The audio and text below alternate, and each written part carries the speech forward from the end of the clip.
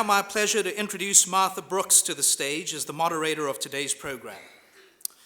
Martha has had a long career in global manufacturing with Cummins, which focuses on engines and power generation, and Alcan and Novelis, which focuses on aluminum, Adrian, not aluminium, rolling and recycling. Currently, her board service involves Volvo AB, a global truck, bus, and construction equipment leader, including the Mack and Renault brand vehicles, and Constellium, an aluminum rolling and extrusion for aerospace, packaging, and automotive businesses.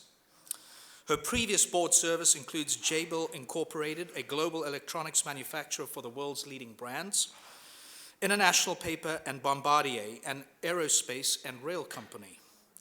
Who better to lead a discussion on how tariffs could affect global supply chains and the economy than Martha?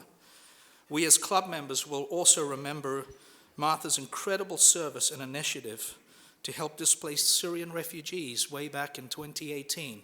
So thank you for leading with service above self. Please come on up to the stage and introduce our guests for our panel discussion today.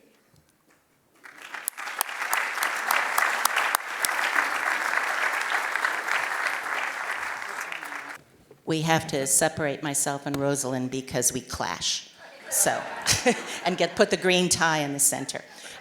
So I am delighted to be here, and this is an important subject for all of us, and some of us don't even know how important it is to us, but we're going to find out today. I think on the stage here we have more than 100 years of experience in trade issues, and from a lot of different angles. To my left, Javier is our Dean of the Consular Corps here in Atlanta, over 70 countries and 30 of them with full-time employees or full-time consul generals. But Javier has more than 34 years in this field and has been an ambassador since 2017. He served in San Diego and New York, North Carolina, and here in Atlanta, and thankfully has a degree both in international relations and international conflict analysis, which I think is super handy right now, super handy. But thank you for being with us. We're really excited to have you here. And then Rosalind Kwan is from Canada, obviously, born and raised in Montreal. She's got more than 25 years in this field and has worked in trade issues all over the world. She's been based in New Delhi, in Taipei, in Beijing, and is expert in all issues of Asian trade, has worked with the Canadian government and various companies on clean technology, infrastructure, information and communication technologies, aerospace, automotive, life sciences, financial services, and creative industries, always looking at how to support her country's companies as they work around the world. And she is based here in Atlanta as well and looking after the Southeast for Canada. And she is also putting her degrees to use, an MBA from University of Ottawa and a degree in maths and computer science. So all of that we have here on the stage to discuss this very complicated and fast-changing situation of the trade between the U.S. and the world and U.S. and Canada and Mexico. And I'd like to just start, if we could, with just a level set. What is our relationship with each of your two countries in 2024, before all of the changes have happened? So just level set, what's going on back and forth between the two of us. And Rosalind, if you could begin. Yes, thanks, Martha. And first of all, let me thank Martha for being the moderator, and to the Rotary Club for inviting us here today. It's such an honor and a pleasure to be with you. It seems the mic's working. and happy to engage in conversation with everybody today. So if we can take a look at the North American market as a start. It's one of the largest economic regions in the world. It's probably about $29 trillion and about 500 million customers. And Canada last year had the highest level of trade with the United States and with Mexico. So very robust and with growth. And so with that, if we look at the Canada-US perspective of this, we have about $1 trillion of trade every year, or last year, I should say. And this is across many different sectors in different industries, and the breadth and depth of the relationship is quite wide and very deep, with many integrated supply chains, as perhaps many of you will be able to attest to, because your businesses are engaged with Canada and with perhaps Mexico as well. For Canada, we can see that the trade, the high level of trade, is tied to about 8 million jobs in the United States. So anything that affects the United States affects Canada, and perhaps the other way around as well. We also, if we look at a number of different areas in addition to trade, if we look, well, as a supplementary, Canada is the largest customer for the United States, buying many goods across, as I mentioned, many different areas. So that's something. Maybe I can also talk a little bit about manufacturing and services and investment. So when we look at the trade balance, with respect to manufacturing, actually it's in the favor of the United States. There's about $23 billion of surplus in terms of manufacturing for the United States. If we look at investment, in fact, it's similar but bigger magnitude. In favor of the United States, there is about $220 billion of surplus. So more investments are made in the US by Canadians, a much smaller population, in the United States than Americans make in Canada. Of course, we're a smaller country in terms of population, but also of course, for those who are invested in Canada, thank you very much. And then thirdly, in terms of services, again, in favor of the United States, there's about $32 billion of surplus. So the relationship is strong and with a lot of potential. And of course, that includes not only Canada and the United States, but also our friends and colleagues and businesses with Mexico as well. So hopefully that provides a little bit of the And then the one thing context. you didn't mention was energy in it, which is maybe we'll come to later, because I know that's the hot button. You right? let me know when We're ready. you want to Okay, talk great. about that. Javier, could we hear a little bit about where we were in 2024? Thank you, Martha. Thank you. Great to be back here at the Rotary Club, former member. I brought my green tie and my green folder. But also great to be here. Looking forward to seeing a lot of the people here. I particularly wanted to see my very good friend R.K. Siegel. I see he wasn't able to make it, but unfortunately. But yeah, great being back. Thank you again for the opportunity. In terms of, I love talking after Rosalind because I would probably should just say whatever. Same thing, whatever she said.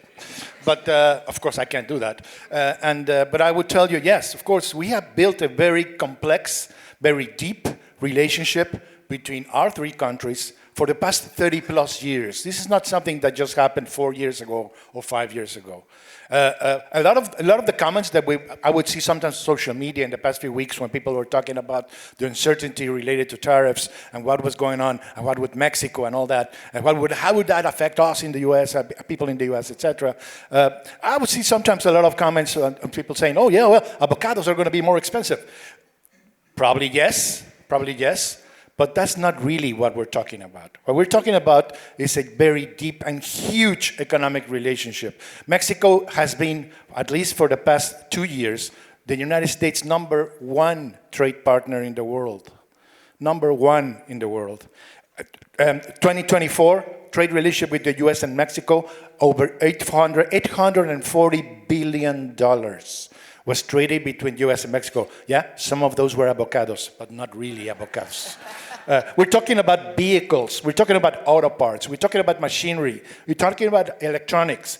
And of course, agricultural products are there too. We buy big peaches, we like your peaches too.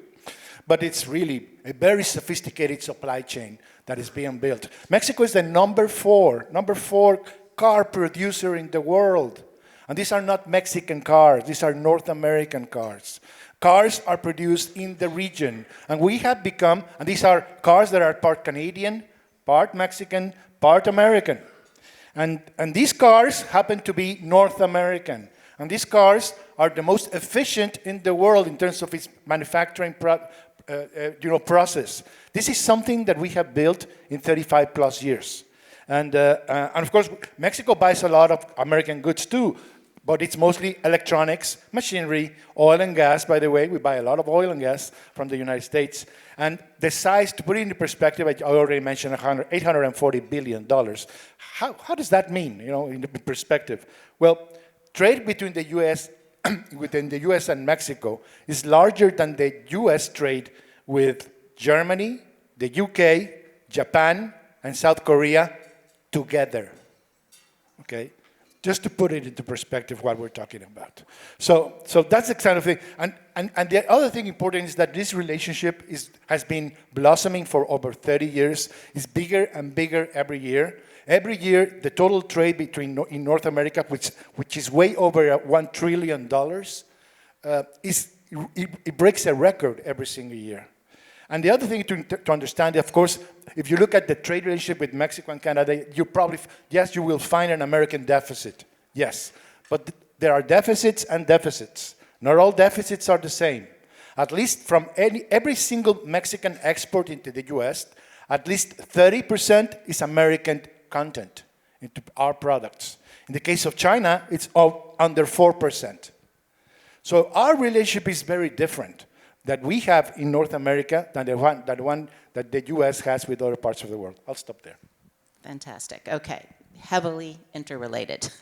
And then just to add the energy comment, if you would, just in terms of the interrelationship. So maybe I can say the largest export from Canada to the United States is energy. The largest export from United States to Canada is automobiles. So maybe that gives you the sense of where the big pieces are. Of course, there are many big pieces. So on energy, 60% of the crude oil that is imported by the U.S. is from Canada. Over 90% of the natural gas is from Canada, and hydroelectricity, and across all the different areas of energy. If you set energy aside, there's actually a trade surplus that the United States has with Canada. But with energy, because the energy that comes from Canada goes into fueling plants, goes into refineries, and the energy is sold at a discounted rate. So then once they are refined, then the United States then sell it at multiple-fold the price that it was sourced at. So the energy dynamic is part of the very closely integrated supply chain between Canada and the United States, and some of you would probably know, with energy coming from Canada, it sometimes gets processed, and some of it goes back and forth between the United States and Canada, different points, based on the supply chain, and it really is something that both countries and companies on both sides have worked on over the last decades to create that supply chain. Thank you. All right, so you have the lay of the land, and here we are today, and over the last 4 to 6 weeks, it's been news every day on the trade front. I don't think anything happened since I came in this room, but I can't be entirely sure. And we're at a certain state of play. I think we're on pause until April 2 for global tariffs against Canada and Mexico. But that's not very far away. And we are in the middle of an aluminum and steel drama. And I guess what I can say about aluminum, since I've been in this world a long while, is that where you want to make aluminum is where you have stranded energy. You have too much energy and not enough people to consume it. And so where people have big hydropower facilities that are very remote, that's where you want to put an aluminum smelter, because when you make the original product, it is mostly energy is what it is. And so the notion of opening smelters in the United States in response to a tariff is kind of hard to imagine, because they're multi-billion-dollar, multi-year projects, and you need a couple of 20-year contracts for very cheap energy to be able to have it make any economic sense. So that one's a little strange to me. And just a personal in a personal view into the situation. But we've got the 25% on steel and aluminum. We've got a pending more universal tariff structure.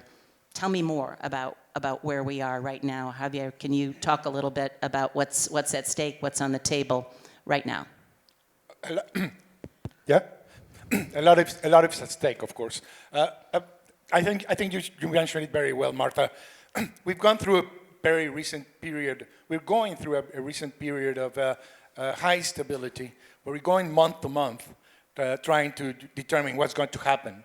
And in this case, April 2nd is the next deadline. The way Mexico has approached this has been with a lot of restraint. Mexico, and particularly President Sheinbaum, has been, praised by a lot of people, but in Mexico and outside of Mexico, because she has avoided to engage in rhetoric or to engage in wording outside. She's been very calm. She has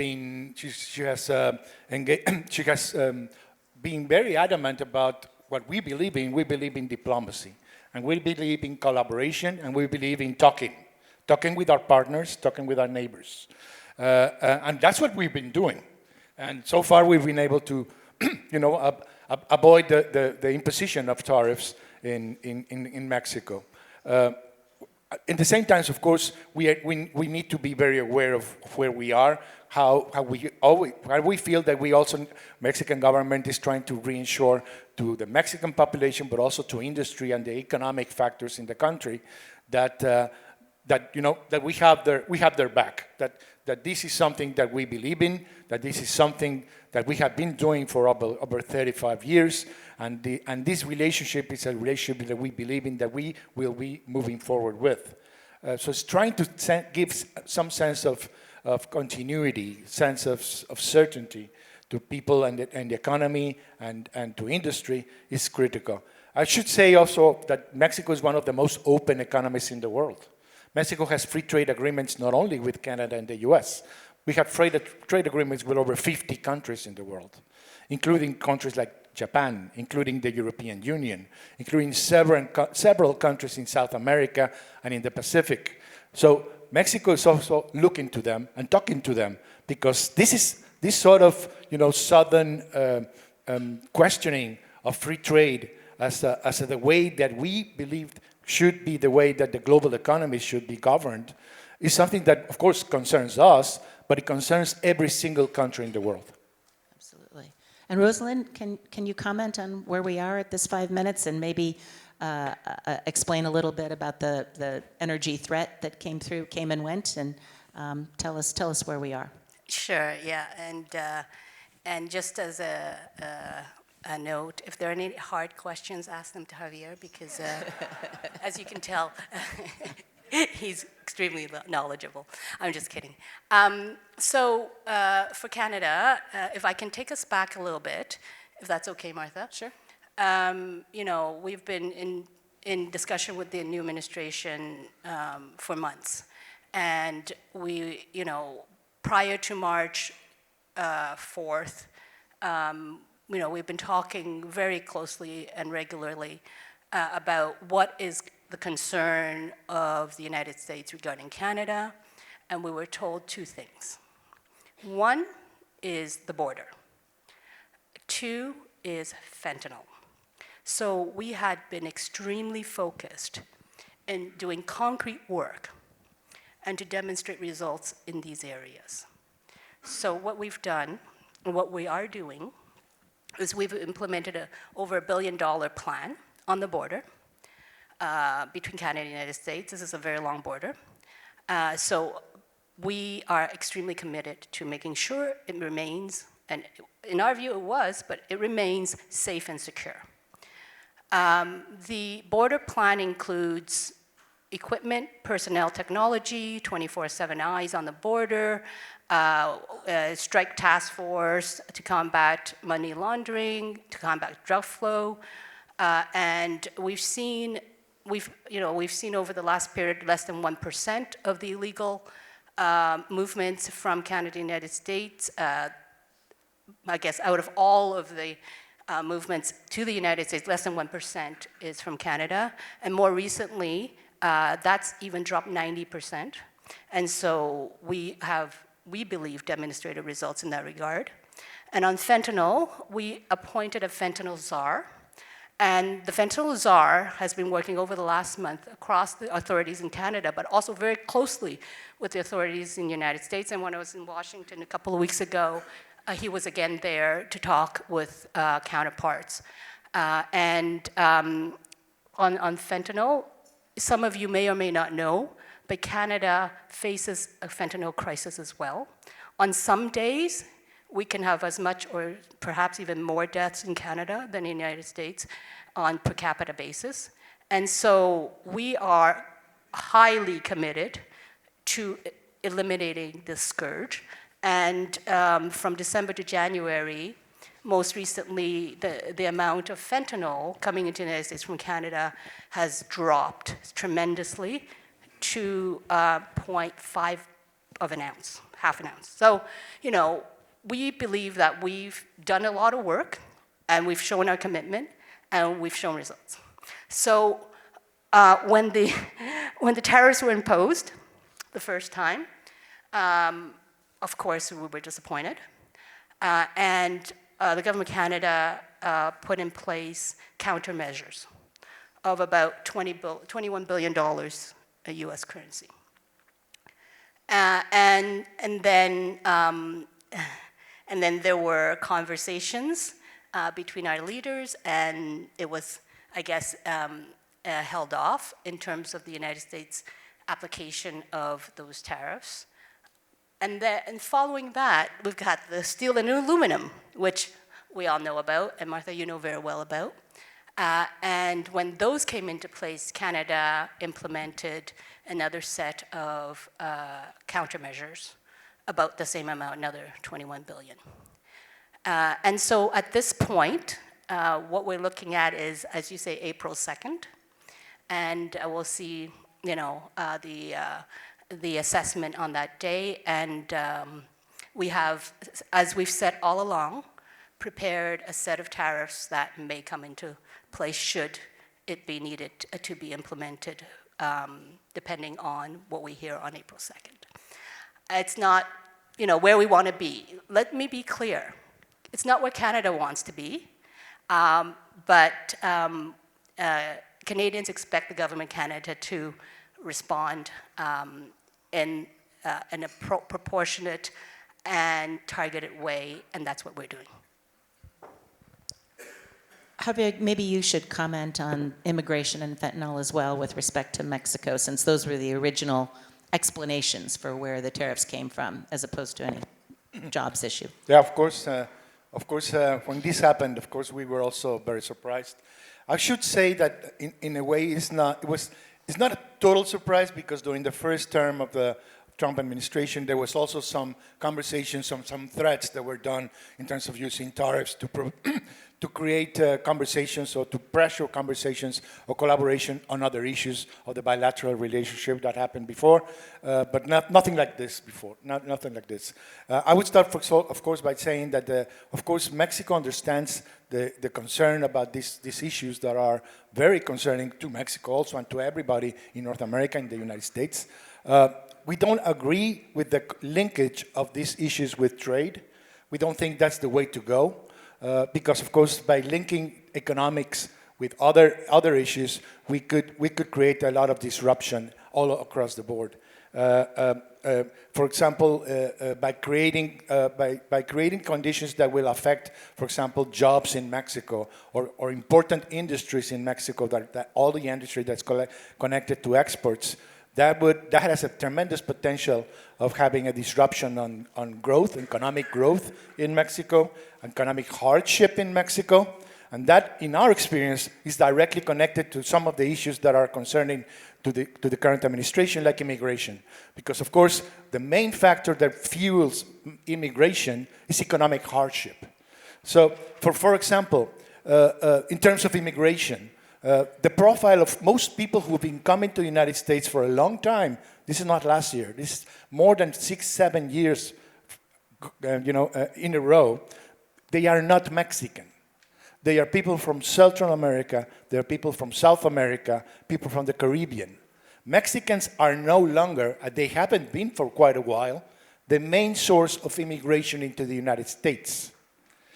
What we are seeing now is that Mexico has become a transit country of people from other regions of the world that are trying to enter the United States. And Mexico works with the United States in that front. The numbers of people entering into the United States and crossing through Mexico have taken a deep dive in the past few years, precisely of the collaboration that's happening every single day between Mexico and the US. Collaboration between US, American, and Mexican officials on issues like immigration and containment and the way we work together to see how we regulate this flow of people that are trying to show up in the US border to ask for asylum is something that's been going for a while, and we have gotten very good results because the numbers are very well down. And they were down before January 20th. Now, on the fentanyl issue, of course, the other issue is, of course, it's an issue that, in our experience, of course, fighting against these, cartels and these criminal organizations, the way to do it is through collaboration. The way to do it is talking to each other. US law enforcement agencies, US intelligence agencies, all of them have offices in Mexico City. All of them work there every single day. All of them exchange intelligence and information with Mexican law enforcement every single day. Mexico last month extradited over 26 cartel members to the United States. The numbers of people and detentions and of seizures in Mexico are way higher for the past 6-7 months. For example, since October, U.S. fentanyl seizures in the U.S.-Mexico border has been reduced by 50%, and that started since last October. The seizure, of course, of illegal drugs, 121.4 tons of illegal drugs were seized in Mexico. And by the way, Mexico seized 1.2 tons of fentanyl since October up until now. So we are fighting fentanyl. We are doing that. But the other thing that is of course, is really important to understand is that these are transnational crime organizations that operate in Mexico, but they also operate in the United States. So there are flows that go south to north, but there are also flows that go from north to south. What am I talking about? North to south, no, south to north, of course, illegal drugs. But north to south, money that comes from the United States and funds these organizations. And second, most importantly, weapons. Over 7,000 firearms were seized in Mexico in the past couple of months from the drug cartels. 7,000 firearms. 75% of those weapons were traced back to gun shops here in the United States, which means that these criminal organizations are buying guns in the United States, and they're sending those guns to Mexico. So that money, the money that goes out, makes them powerful in the economic sense. It helps them corrupt and destroy institutions in Mexico. And their weapons helps them kill people in my country. Their weapons are more powerful than many weapons from the U.S. Army, from the Mexican Army. So if we don't talk to each other and if we don't fight this together, we can, go on and on and on for years and years and years pointing fingers, but we'll never come to a solution. We believe in talking to each other and working together. We have done it for a long time, and we don't see why we shouldn't be doing it in the future. Thank you. So super complicated issue, and the reason immigration and fentanyl come up was because those were the original explanation for raising the tariffs on Canada and Mexico, and so they've been blended in to this whole picture, and now there's some new reasons that have to do with a different belief in the economy and how it grows. So thank you for that. I just want to talk a little bit about how our various economies will be impacted if we go forward with the tariffs on April 2. And I guess I can say from my own experience that since COVID, perhaps our supply chains were too long and too global, and most big companies agree with that. And they have been building new supply chains that were North America for North America, Europe for Europe, Asia for Asia, and trying to buy local to that region, and have invested a lot of money in doing that, and have gradually moved the supply chains to be that way. And the USMCA trade agreement, which Trump negotiated and signed and went into effect on in I think July 2020, if I recall correctly, that supported that kind of structure, and that's the way business has been operating. A lightning strike on changing in tariff structure around the world will not have much impact on capital-intensive industries other than raise the prices. Things that have long lead times and approvals, think about airplanes, for example. People aren't going to change their supply chain for aircraft parts that are built in Mexico or Canada for an administration that might be gone in 4 years, because it's a 7 or 8 year process to get a change approved. So heavily engineered items aren't going to change. Prices will be the impact. What about small business? What about other aspects of the economy? How do you see this unfolding? What kind of impact will tariffs have if we go forward on April 2? You want to start? Sure. Rosalind, go ahead. Yeah. Oh, yeah. So, of course, Canada and the United States and Mexico have many small businesses that drive all of our economies. And they're big businesses too. Those are important. Let me not miss saying that. But for the small businesses, when I talk to small businesses, they are particularly concerned. One can imagine if you're on both sides of the border, you mean? On both Yes, sides yeah. of the border. Yeah. So one can imagine the bigger companies are able to have deeper capacities to sustain any ups and downs, whereas a small and medium-sized enterprise will not have as deep capacity, for one. And two is that their margins are often quite limited, in that a tariff of 25% will be damaging to them. When I hear comments from them, they are particularly concerned about keeping their clients. So some of them might say, I want to keep my customers, so maybe I can help to cover some of this increase in cost, but then how long can I do that for? And then they fear losing their customer. Other concerns are, I have to make payroll in 2 weeks, and I have 10 employees. So am I going to be able to keep even some of these employees because of the uncertainty? So therefore, the small businesses have serious concerns about the impact of tariffs compared to perhaps some of the bigger companies where a number of them will likely, and some have already said publicly, that they'll pass it on to the customer.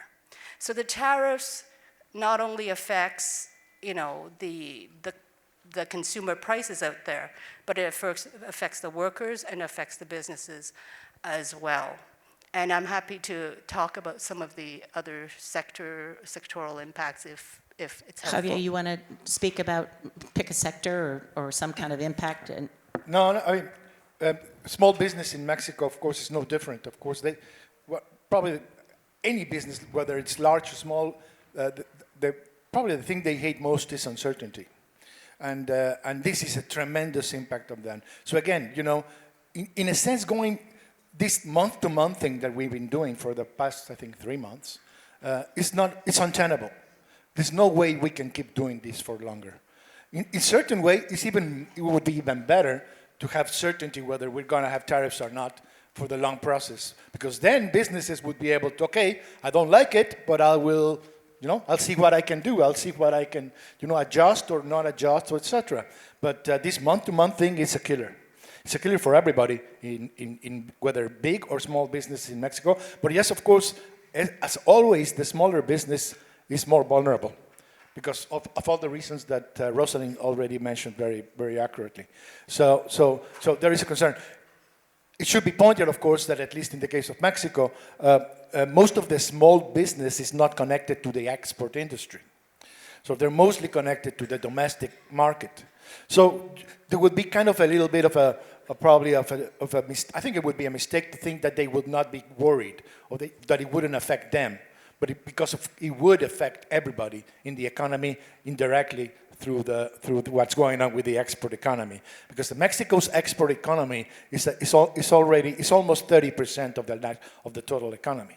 So we're talking about a huge chunk of what creates wealth and jobs and everything in the country. So everybody is concerned, and everybody would be concerned. I would say, I should also point out, taking the opportunity also, that considering, for example, in the case of the tariffs that are already in place with steel and aluminum, Mexico has not countermeasured yet. And that relates to what I mentioned before, that President Sheinbaum has been very, very calm about it. And she said, yeah, we have plans, we have definitely ideas of our countermeasures. We have Plan B and Plan C. We have very good ideas of where and which industries and which products we will put American products we will put tariffs on. But we will wait till April 2nd until we have a clear idea of what's happening after that. So again, from our side, the word right now is, take a deep breath, and we'll keep talking. And what about what we can do right now? Is diplomacy dead? Is there still diplomacy? Is the USMCA, can it be revived? Can trust in the United States be recovered? As a trading partner, what about the future, the long-term future? I would say absolutely diplomacy is not dead in terms of the USMCA and Canada, United States, Mexico relationship. In fact, Canada, our ministers and the chair of our Council of Federation, who is the premier of our province of Ontario. Council of Federation is the group of all of the premiers, like governors, across Canada. And so they went to Washington last week to have a meeting about the state of the situation. And it was a concrete discussion. It was, a constructive discussion. So it is, I think, very important that dialogue continues and all of us look at things in a very pragmatic, concrete way. And I think, if we were able to remove the threat of tariffs and identify areas where we need to work, focus on working on those and looking at solutions together, I think that would be the most productive. And what can we all do? For those of you who have views, concerns, seeing how it is impacting your business or how it might have impacted your business, I would say, please voice your concerns to all levels of government, whether it's city, state, federal. It could be private, it could be individual, or it can be group as well as public. I think what you choose is based on what's best for your business. Across all of that, though, if you think, and I think we've been talking about today the negative impact and the damage that tariffs would have, that have negative impact, then please do communicate that to those who you know and who you think can have influence. Thank you. Javier? I love speaking after Rosalind because she said everything. But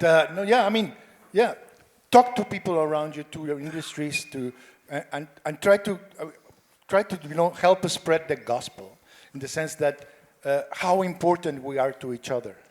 We are deeply important to each other. In the case of Mexico, yes, we share a humongous trade and investment and manufacturing relationship.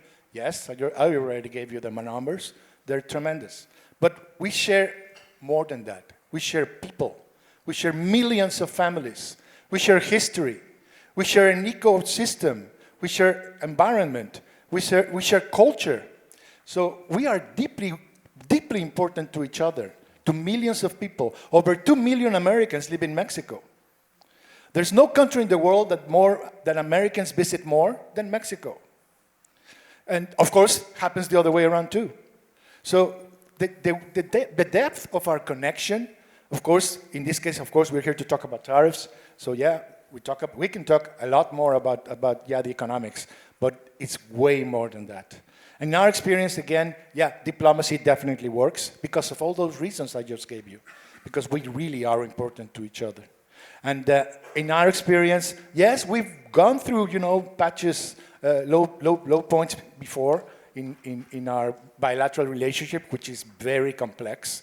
And sometimes we don't agree on things. Yeah, we sometimes have disagreements. But in my experience, I've been doing this for over 30 years. We always end up working together because actually we don't have a choice. So thank you. Very positive. I would just say, yes, thank you both. Fantastic. Let's open it up to Questions?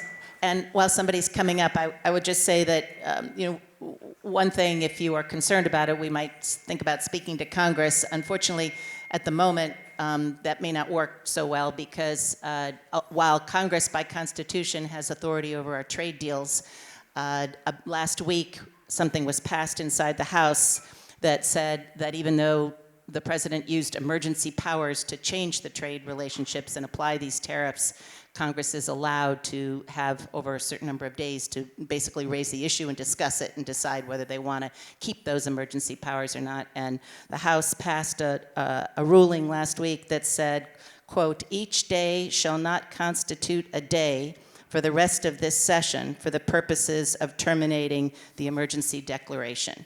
So they've basically given up authority till January unless they change this ruling. So speak out if you want and keep trying, but Congress has left it in the hands of the administration. But I think there are lots of meetings happening business by business and trying to help people understand the implication, and we'll take it from there. Please, Duria. First of all, thank you so much for sharing such candid perspectives, and Martha for teeing this up in such a meaningful way. I'm curious about, despite the fact that you have a very different composition of trade balance with the United States, you find yourself in a somewhat similar boat, if you will. How has this changed or shaped the relationship between your two countries, both as economic partners as well as otherwise? I'm curious if you could speak to that, please. Thanks.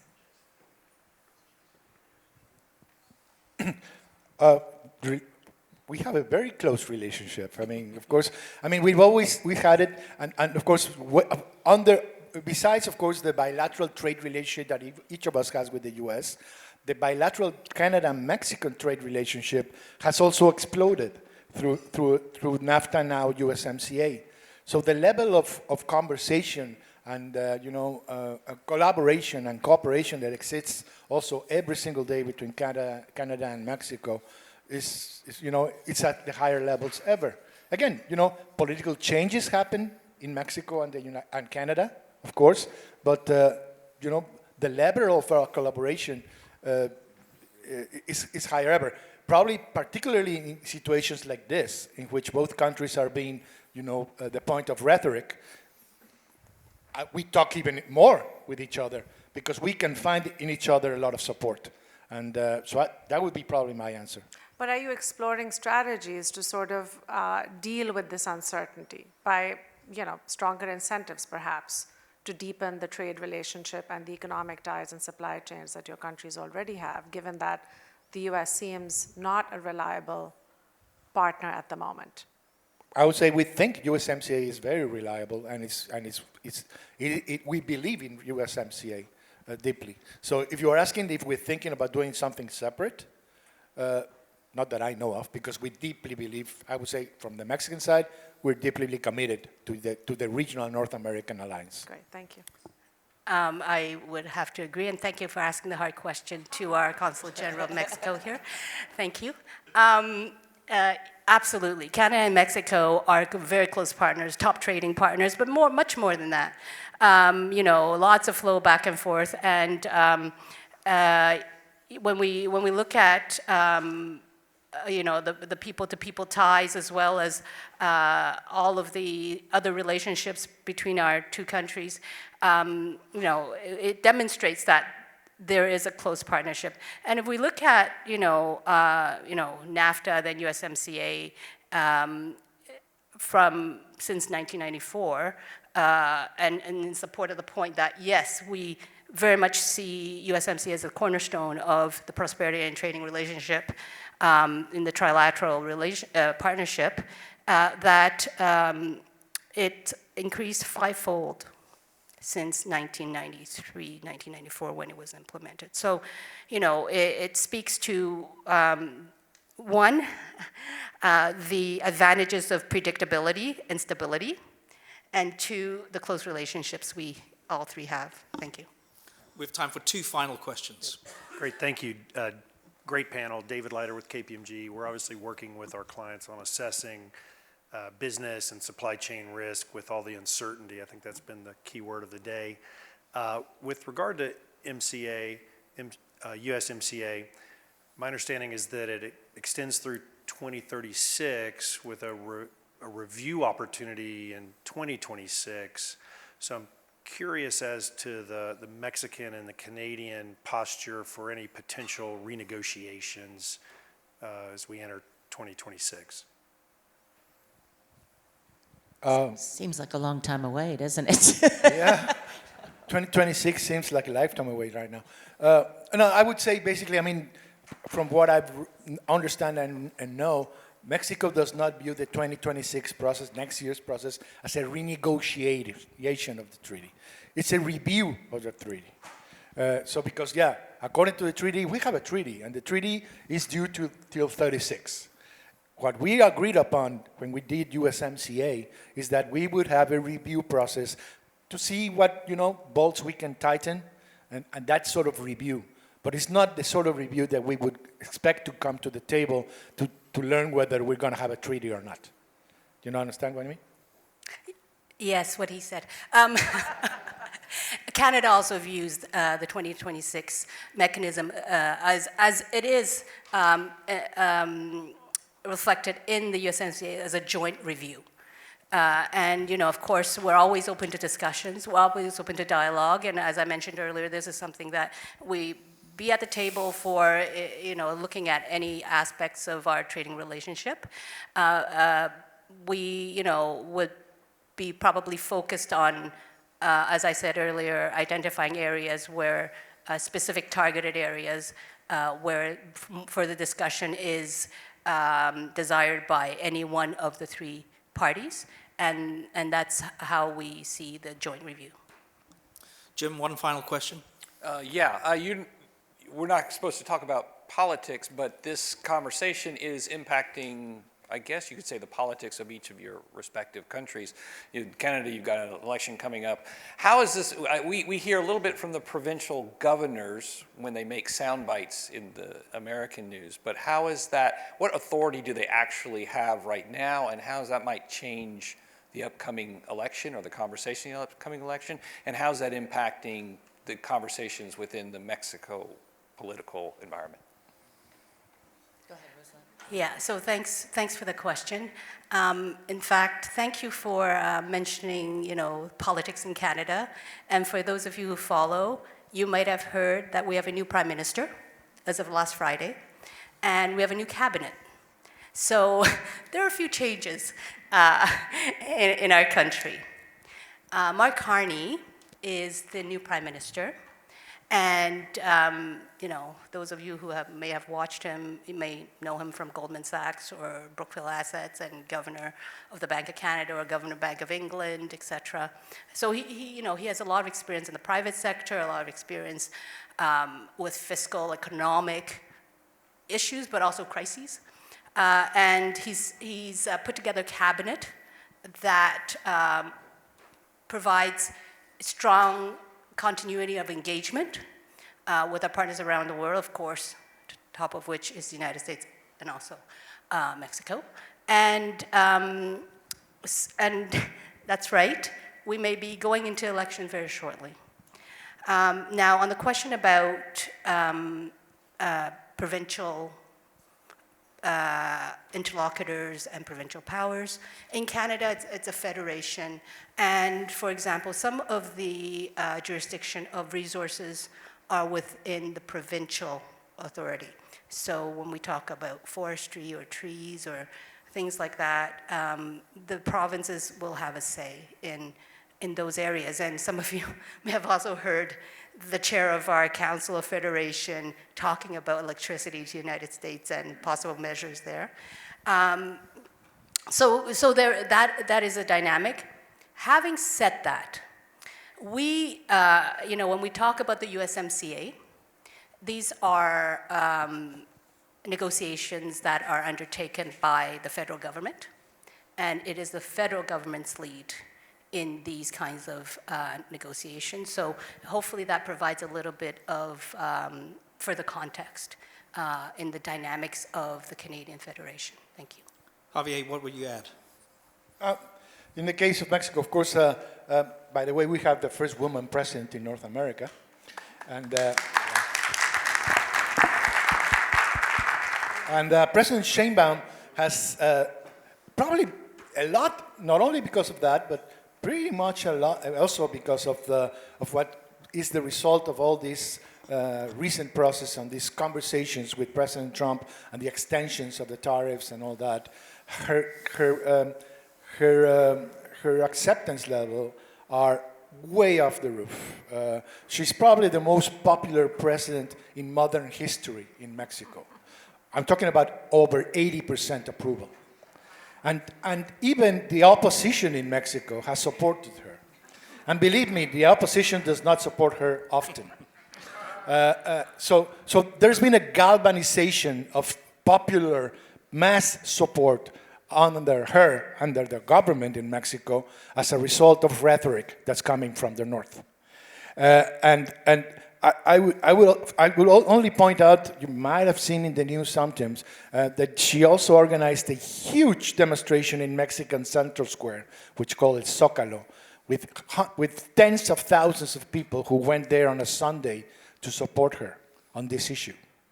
So we have probably one of the most popular and politically powerful president in Mexico in modern times because of this.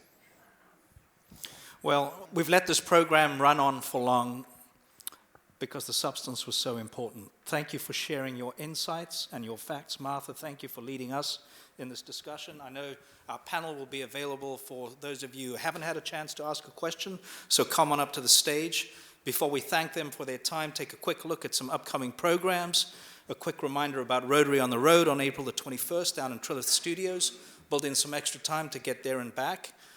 And so hopefully this was helpful in these tumultuous times, and you all will exercise your conflict resolution skills.